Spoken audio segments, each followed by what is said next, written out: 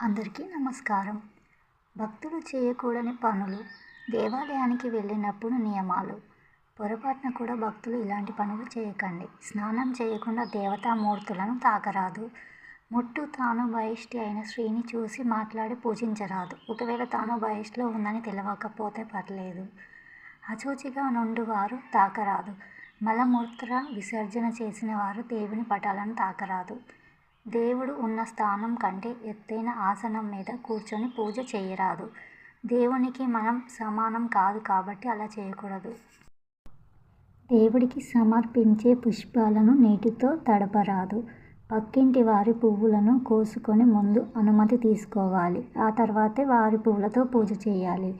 నైవేద్యం లేకుండా పూజ చేయరాదు. బెల్లం ముక్కైనా నైవేద్యంగా పెట్టాలి. గంటను నేల మీద పెట్టరాదు. ఏదైనా పెట్టి దాని మీద పెట్టాలి. దేవుని గదిలో వెళ్ళేటప్పుడు కుడి కాలు ముందు పెట్టి వెళ్ళవలెను. ఎడమ కాలు పెట్టకూడదు. ఇతరుల కోసం చేసిన పదార్థాలను దేవునికి నైవేద్యంగా సమర్పించరాదు. పూజ చేసేటప్పుడు ఇతరులతో మాట్లాడరాదు. తలను గోక్కోరాదు. మనకు చుట్టూ వచ్చినప్పుడు అంటే మన ఇంటి పేరుతో కలిసిన వారు మరణించినప్పుడు 10 రోజులు లేదా సంవత్సరం సూతకం ఉన్నప్పుడు పూజ చేయరాదు. అలాంటివి కొందరు పూజ చేయవచ్చు అని చెప్తుంటారు. కానీ పూజ చెయ్యాలో చేయవద్దో మీరే ఆలోచించుకొని చెయ్యండి. అలాగే ఇంట్లో ఎవరైనా చిన్న పాప జన్మించినప్పుడు 10 రోజులు దీపారాధన చెయ్యరు. అలా చేయకూడదు. దేవాలయాలు ఉన్న ప్రదేశంలో దేవుడున్న ప్రదేశంలో ఉమ్ము వేయరాదు. దేవాలయానికి వెళ్ళేటప్పుడు నియమాలను పాటించాలి. దేవాలయానికి వెళ్ళే ముందు తలస్నానం చేసుకోవాలి. శుభ్రంగా వెళ్ళాలి.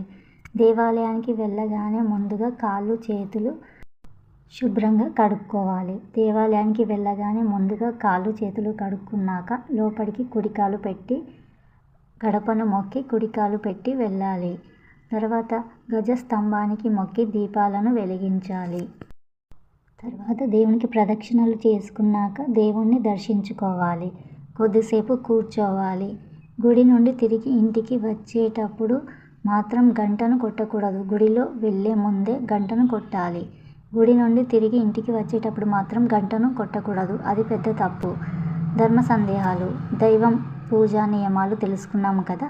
ఈ వీడియో నచ్చితే లైక్ చేయండి, షేర్ చేయండి, సబ్స్క్రైబ్ చేయండి, కామెంట్ చేయడం మాత్రం మర్చిపోకండి. ఇలాంటి మంచి వీడియోతో మళ్ళీ కలుద్దాం. అంతవరకు అందరికీ జై శ్రీరామ్.